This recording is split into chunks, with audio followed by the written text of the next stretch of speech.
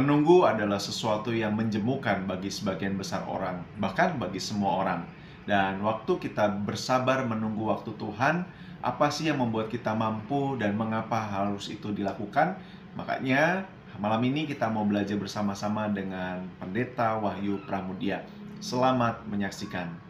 Ya, selamat malam juga untuk rekan-rekan yang mengikuti tayangan dari Bara Digital Ministry, baik secara live maupun yang menyaksikan rekamannya dalam berbagai bentuk.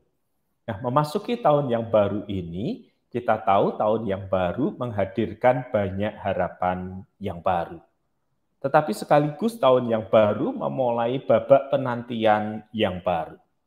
Ada beberapa pergumulan yang pernah disampaikan kepada saya, misalnya ada seorang rekan yang menantikan pasangan hidup.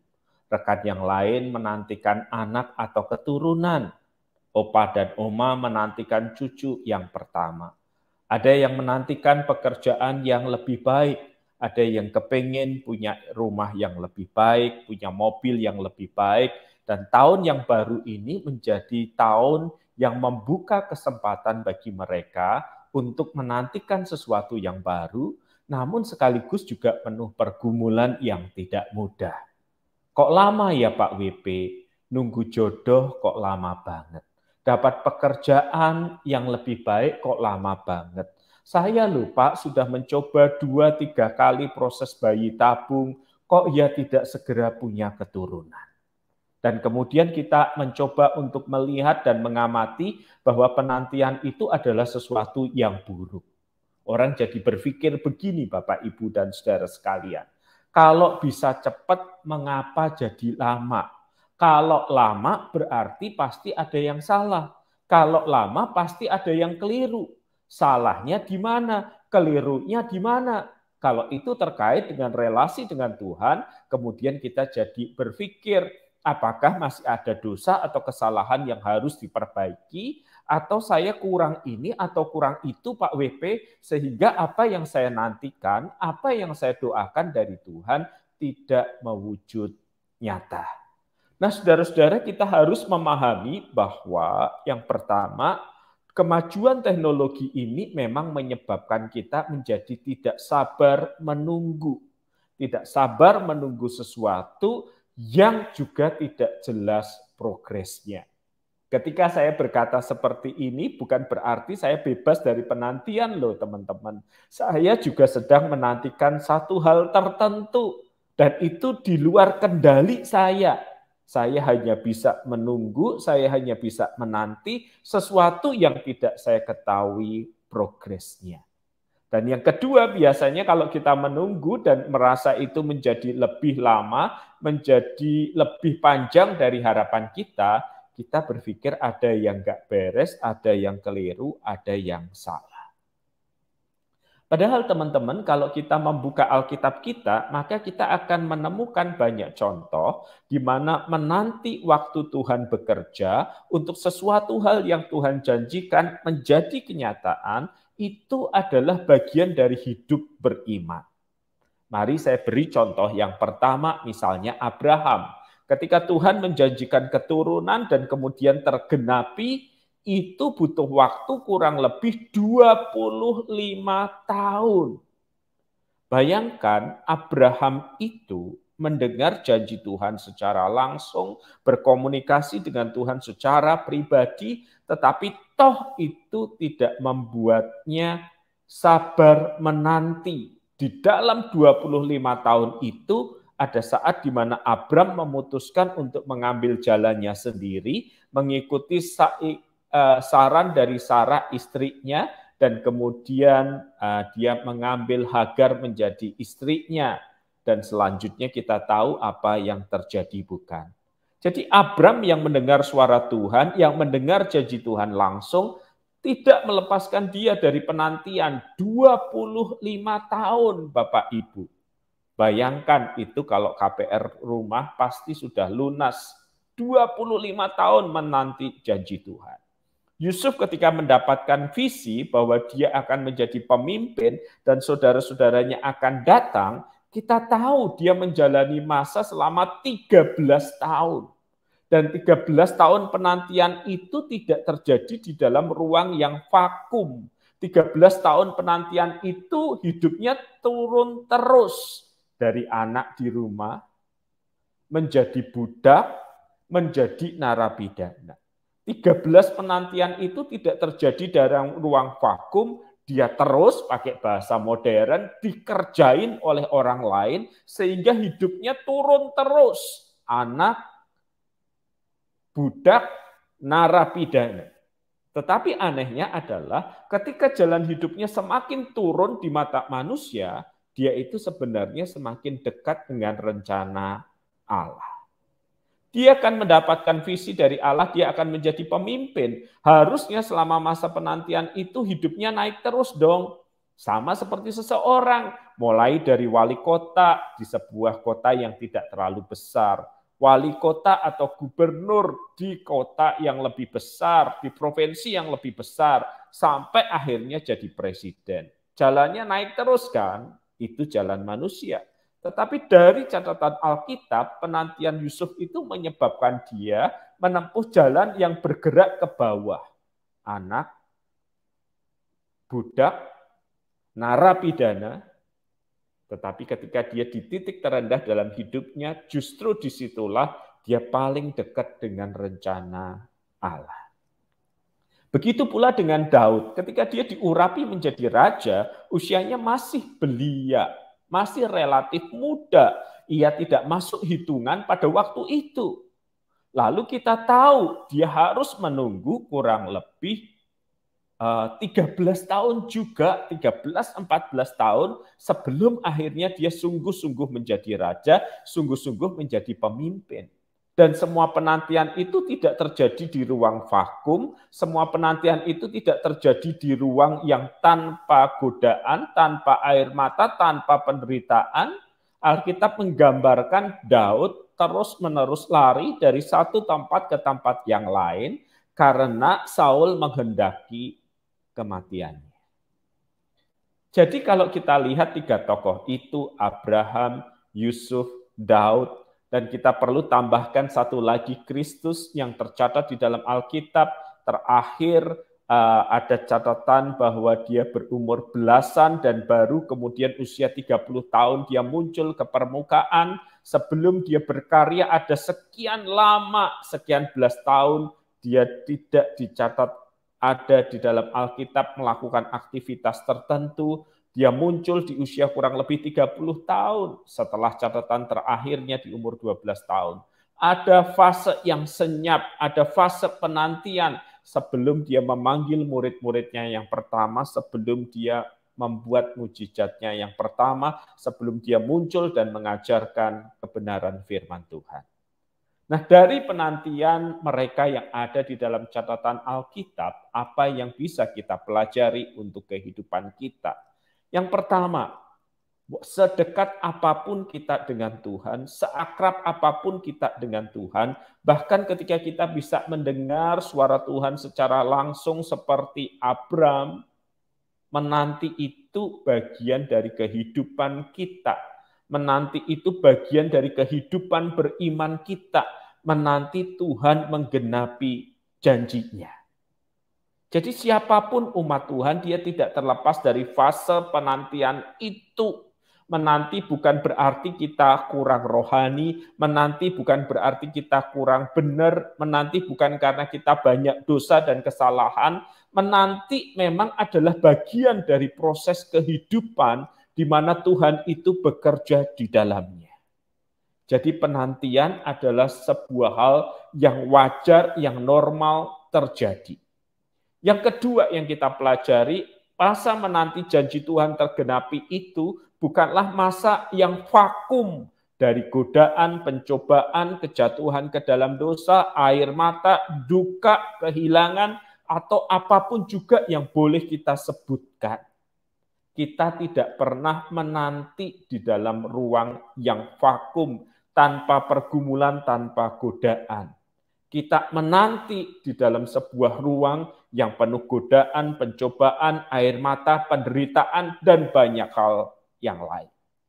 Yang ketiga yang kita pelajari Bapak, Ibu, dan saudara sekalian, kita adalah makhluk yang tak sempurna.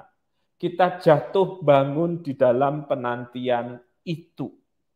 Dan pada akhirnya kita akan menjumpai. Bukan kekuatan kita menanti yang menjadi penting, tetapi anugerah Tuhan yang terus menopang kita, itu yang luar biasa. Abraham, bapak orang beriman, di dalam penantian itu dia sering mengambil jalannya sendiri. Dia beberapa kali berdusta. Namun anugerah Tuhan melampaui dari kekurangan Abraham. Yusuf secara manusiawi makin lama hidupnya makin menderita, makin lama hidupnya makin susah, makin lama hidupnya makin berat. Tetapi Tuhan bekerja di dalam kehidupannya, memberi kemampuan untuk menafsirkan mimpi, dan itu yang membawa dia dalam penggenapan rencana Allah. Daud berulang kali lari, tidak punya siapa-siapa, tidak punya tentara, tidak punya kekuatan, tidak punya orang-orang yang cukup untuk menopang dia, tetapi Tuhan terus menguatkan kehidupannya. Ya saudara-saudara, menanti waktu Tuhan memang bukan hal yang mudah. Karena waktu Tuhan itu bukan sama seperti ketika kita mengawati pesanan makanan online kita. Oh, driver sedang ada di restoran, driver sedang dalam perjalanan, terlihat di peta pergerakannya. Tuhan tidak bekerja dengan cara seperti itu. Tuhan bekerja di dalam cara dan waktunya, dan bagian kita memang hanya menanti. Tetapi penantian tidak pernah terjadi di dalam ruang vakum, sehingga yang terbaik yang bisa kita lakukan di masa penantian itu adalah terus mengarahkan pandangan kepada Tuhan. Alkitab mengatakan mereka yang menanti-nantikan Tuhan mendapat kekuatan baru. Kata yang diterjemahkan untuk menanti-nantikan adalah kafah. Kafah itu dalam bahasa Jawa Timuran lebih jelas. Artinya glibet, berelasi dekat dan erat dengan seseorang. Jadi menanti-nantikan Tuhan itu bukan seperti kita duduk diam tidak melakukan apa-apa. Menanti-nantikan Tuhan berarti menyambut Tuhan dengan meletakkan hati dan pikiran kepadanya. Berada di sekeliling Tuhan, berorbit pada Tuhan, sama seperti bulan berorbit pada matahari. Jangan biarkan penantian itu membuat kita tidak sabar, mata gelap, lalu mengambil jalan kita sendiri. Ketika Abraham tidak sabar dengan waktu Tuhan, dia melakukan apa yang disarankan istrinya, dia mengambil Hagar, maka kita tahu itu adalah awal dari konflik rumah tangga mereka. Ketika Saul tidak sabar dengan waktu Tuhan, ketika sang nabi tidak segera datang, ia mempersembahkan korban yang bukan merupakan tugas dan kewajibannya, maka kita tahu yang didapatkan bukan perkenanan Tuhan, tetapi yang didapatkan justru adalah murka Tuhan.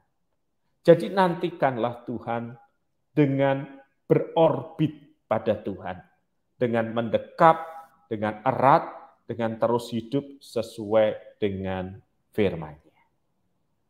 Saya berhenti pada bagian ini agar ada kesempatan bagi kita untuk berinteraksi bersama.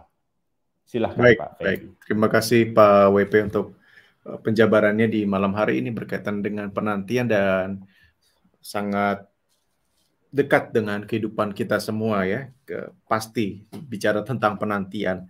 Nah, ada beberapa pertanyaan Pak, dan dari bagian ini setidaknya begini Pak, kan ketika misalnya ada janji kepada Abraham, kepada Musa dan sebagainya, lalu ada waktu penggenapan janji itu begitu ya, tapi di tengah-tengah itu kan ada penantian. Nah, tadi Pak WP sampaikan bahwa yang penting untuk kita lakukan adalah terus mengarahkan pandangan, atau tadi bahasa Jawa Timuran apa, ngeglibet apa, semakin gelibet gitu ya. Ya, seperti dua tali yang diikatkan, seperti dua kawat yang dipuntir jadi satu. Gitu. Oke. Jadi oke, mengerti Pak. Baik. Nah pertanyaannya begini Pak, ketika di bagian itu ya, nah dalam prakteknya, misalnya ini kan juga tidak lepas daripada pandangan orang gitu ya. Ini ada pertanyaan begini Pak dari saudari kita Helena. Apa yang harus kita lakukan supaya kita kuat hadapi masa penantian Pak? kita mungkin dapat visi yang baru dari Tuhan, tapi kok bukannya naik, dalam tanda kutip malah turun. Terlalu banyak air mata tadi seperti yang Pak WP sampaikan. Nah, ini pertanyaan di sini, Pak. Belum lagi diomongin orang, Pak WP. Rasanya kita mikir, ini bener nggak sih kita sedang menanti dari Tuhan?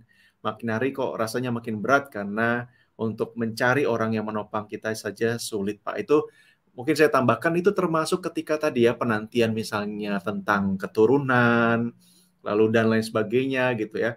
Mungkin kita dengan pasangan atau dengan orang dekat bisa, tapi kapan punya anak? Nah, seolah-olah kita itu adalah penentu yang menyediakan itu semua. Nah, itu yang bisa apa yang perlu kita lakukan, Pak, ketika dalam tanda kutip ada godaan dari omongan-omongan orang yang akhirnya membuat kita jadi berpikir ulang tentang hal itu, Pak. Iya, yang pertama penantian itu memang tidak pernah terjadi dalam ruang vakum atau ruang steril pergumulan. Contoh yang paling konkret kalau dari Alkitab kan Yusuf gitu ya. Dia itu kalau hidup di zaman sekarang gitu ya, mungkin dia sudah share mimpinya di medsos tuh. Dan bayangkan ya, seandainya Yusuf hidup di zaman sekarang, kemudian share mimpinya di medsos, lalu yang komen saudara-saudaranya. Yora iso bro, ya nggak bisa bro, segala macam kan pasti akan netizen akan menghakimi dia. Terus kemudian kita ngelihat perkembangannya ya, seandainya Yusuf dalam zaman sekarang ya, terus Yusuf tag lokasi, jadi budak, hiks gitu ya, atau kemudian turun lagi jadi narapidana, misalnya gitu ya. Kita ini sebagai netizen yang membaca statusnya itu mungkin kita akan berkata, ya berarti mimpimu salah, visimu nggak dari Tuhan, makin lama kok makin turun. Padahal kita tahu dia makin lama makin turun kan karena dikerjain dalam tanda kutip oleh orang-orang di sekitarnya kan. Tetapi satu hal yang luar biasa menurut saya. Yusuf itu tidak akan pernah sampai pada mimpi Tuhan dalam hidupnya kalau dia mengambil apa yang disediakan oleh dunia ini. Jadi seandainya dia menyerah pada godaan istri Potifar, banyak orang akan menganggap ya wajar lah, ya normal lah. Siapa yang nggak akan tergoda? Dia mentok-mentok jadi apa sih? Dia mentok-mentok jadi simpanannya istri Potifar. Kalau Potifar mati, baru kemudian dia muncul. Nyaman nggak jadi simpanannya istri Potifar? Daripada jadi budak, lebih nyaman dari jadi simpanannya istri Potifar. Pasti dong. Tetapi kalau dia mengambil apa yang disediakan dunia, dia nggak pernah sampai pada mimpinya Tuhan untuk hidupnya. Saya khawatir ya Pak Febri ya, banyak orang itu tidak sampai pada mimpi Tuhan atas hidup orang itu. Karena mereka menyerah dengan apa yang ditawarkan dunia. Nikmat nggak yang ditawarin dunia? Nikmat. Tetapi itu bukan rencana Tuhan. Dia mengambil, kalau Yusuf mengambil yang apa menurut dunia baik, dia kehilangan yang terbaik menurut pandangan Tuhan. Nah, saya ingin mendorong teman-teman yang sedang memperjuangkan visi tertentu dan setelah teman-teman mendoakannya, teman-teman yakin itu dari Tuhan. Kalau betul itu dari Tuhan, di sepanjang perjalanan akan ada yang baik yang ditawarkan kepadamu, baik menurut dunia, tetapi bukan terbaik menurut Tuhan. Kalau kamu menyerah dengan apa yang ditawarkan dunia, kondisimu mungkin tidak buruk, kondisimu mungkin baik, tetapi bukan itu yang terbaik yang datang dari Tuhan. Wow. Jadi it's okay orang memberi komentar apapun. Karena orang melihat hidup kita kan turun memang. Orang melihat air mata kita, orang melihat kesusahan kita. Tetapi jalan Tuhan bukanlah jalan sesuai pandangan kita. Semakin Yusuf turun, semakin orang berpikir ia jauh dari rencana Tuhan, semakin justru ia dekat dalam penggenapan rencana Tuhan. Wow. Baik. Terima kasih Pak. Nah, ini kalau saya boleh tambahkan di bagian itu Pak. Kalau dari kisah Yusuf, jadi saya menangkap satu hal, apakah ini sesuatu yang juga harus kita pertimbangkan Pak, untuk melihat dan dalam tanda kutip mempertahankan kalau memang itu adalah visi dari Tuhan. Kalau dari kisah Yusuf itu tadi Pak WP menjelaskan luar biasa, artinya dalam hal-hal yang semakin turun dari itu, bukankah itu juga sebagai bagian dari pembentukan karakter di mana Tuhan pada akhirnya Yusuf ya di masa depan begitu ya dalam cerita Alkitab menjadi orang yang penuh dengan kebijaksanaan, dengan karakter yang kuat. Nah, apakah dalam proses yang menyakitkan hal-hal yang menyakitkan yang dialami Yusuf dan bisa juga dialami kita semua adalah bagian daripada pembentukan karakter sehingga pada saat Tuhan menggenapi rencana dalam hidup kita, kita menjadi orang yang bisa menjalankan apa yang Tuhan nyatakan itu, atau bagaimana, Pak? Iya, jadi begini Pak, ketika Tuhan memberikan berkat berupa jabatan, berupa berkat materi atau apapun, Tuhan harus bekerja supaya fondasi kehidupan kita kuat.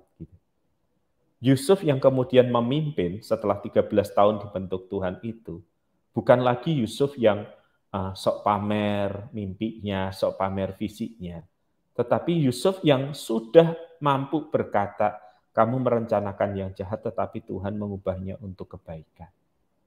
Jadi berkat Tuhan yang diberikan itu, supaya kita kuat menanggungnya, supaya tidak menjadi godaan yang menjatuhkan, Tuhan mesti bekerja untuk mempersiapkan hidup kita sebagai fondasinya, sehingga hidup kita kuat menopang berkat itu. Jadi jangan minta kekayaan, tanpa terlebih dahulu minta Tuhan membersihkan hati kita. Ntar kalau dikasih kekayaan itu, tanpa Tuhan menata dan membersihkan hati kita, jadinya malah berantakan semuanya. Ya, setuju. Baik. Terima kasih, Pak. Nah, ini pertanyaan terakhir untuk malam hari ini, Pak.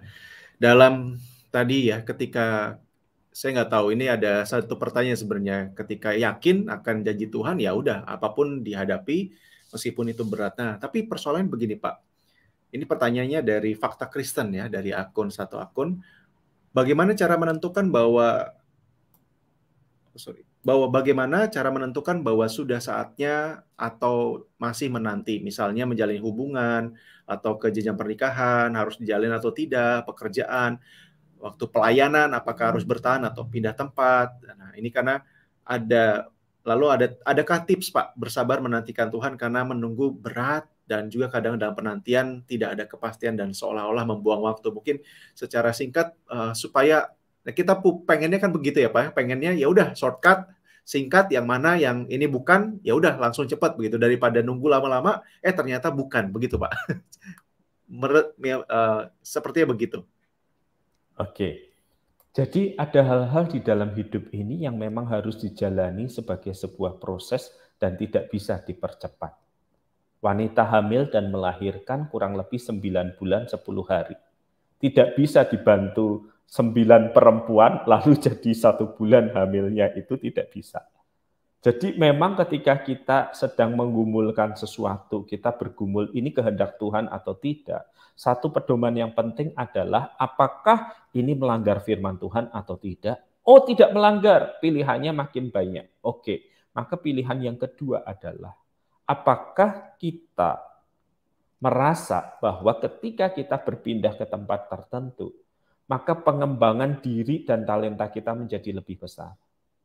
Atau sebenarnya kita sedang merencanakan pindah tempat tertentu hanya karena kita pahit dengan proses yang terjadi. Kalau kita pahit dengan proses yang terjadi, kita melarikan diri dari pembentukan Tuhan, maka proses pembentukan itu akan berlangsung lebih panjang. Jadi itu dua pertanyaan yang harus kita tanya kepada diri kita sendiri. Ini sesuai dengan kehendak Tuhan enggak? Apakah saya sedang melarikan diri dari proses atau saya setia dengan proses? Yang kemudian yang ketiga, kita punya tubuh Kristus, punya sahabat-sahabat yang bisa mengakses diri kita sehingga mereka bisa dengan jujur memberi petunjuk yang jelas. Oh, kalau ini kamu sedang mencoba lari dari pembentukan Tuhan. Oh, kalau ini kamu sedang mencoba untuk mengembangkan diri lebih baik lagi. Jadi kita punya relasi dengan Tuhan, kita punya relasi dengan sabdanya, kita punya relasi dengan orang-orang terdekat, dan itu yang menjadi guidance kita di dalam masa penantian yang tidak mudah. Kemudian kita kadang tidak tahan dan mengambil shortcut, gini wes Pak, saya minta tanda. Tetapi sebentar, Saya khawatir ketika kita berkata kita minta tanda itu, tanda yang kita katakan itu self-fulfilling prophecy. Misalnya gini, seorang perempuan berkata, pokoknya Pak WP, siapapun yang besok datang pertama kali ke rumah saya, itu calon suami saya. Kenapa? Karena biasanya teman kuliahnya lah yang mengantar jemput dia. Tetapi ketika kemudian yang menjemput dia justru adalah misalnya petugas kebersihan atau petugas keamanan, langsung dia menolak tanda itu, gitu ya. Gojek, GrabFood, dia menolak tanda itu. Tetapi begitu yang melakukannya adalah orang yang dia harapkan, dia menganggapnya tanda. Bukankah berarti kita tidak jujur dengan diri kita dan pergumulan kita? Menanti itu wajar, bukan kesalahan, bukan hukuman. Menanti itu adalah bagian dari sikap beriman. Seperti Habakuk yang berkata, aku mau berdiri dan menanti-nantikan apa yang Tuhan sabdakan kepadaku. Wow. Jadi jangan pernah merasa sendiri dalam penantian, sebab Kristus berkata bahwa dialah Immanuel, Tuhan yang menyertai kita termasuk dalam penantian kita. Wah, terima kasih sekali Pak WP untuk saya berharap juga jawaban ini boleh menolong teman-teman yang bertanya dan kita semua. Dan karena itu saya berterima kasih untuk Pak WP malam hari ini mewakili teman-teman. Dan satu hal, ada salam juga, ada Ibu Lin di Jepang yang menyampaikan salam untuk kita semua. Terima kasih untuk teman-teman di seluruh Indonesia dan juga rekan-rekan yang ada di luar negeri. Tuhan memberkati kita. Dan saya mohon kesediaan Pak WP untuk menolong kita Pak, untuk ya ada beberapa saudara-saudara kita yang sakit dan juga ada di Instagram, ada teman-teman di Papua yang mendoakan Papua, sedang ada beberapa tempat yang banjir dan tanah longsor. Saya persilahkan Pak. Iya, mari kita berdoa. Tuhan, kami mohon kuatkanlah dan besertalah kami di dalam masa penantian yang tidak mudah ini. Biarlah kasih, kemurahan, dan kebaikan Tuhan juga menyertai rekan yang bergumul soal kesehatan, pasangan hidup, pekerjaan, dan banyak hal yang lain lagi. Tolonglah kami, besertalah dengan kami, dan biarlah kami menanti-nantikan Engkau bekerja dalam kehidupan kami. Di dalam nama Kristus kami berdoa.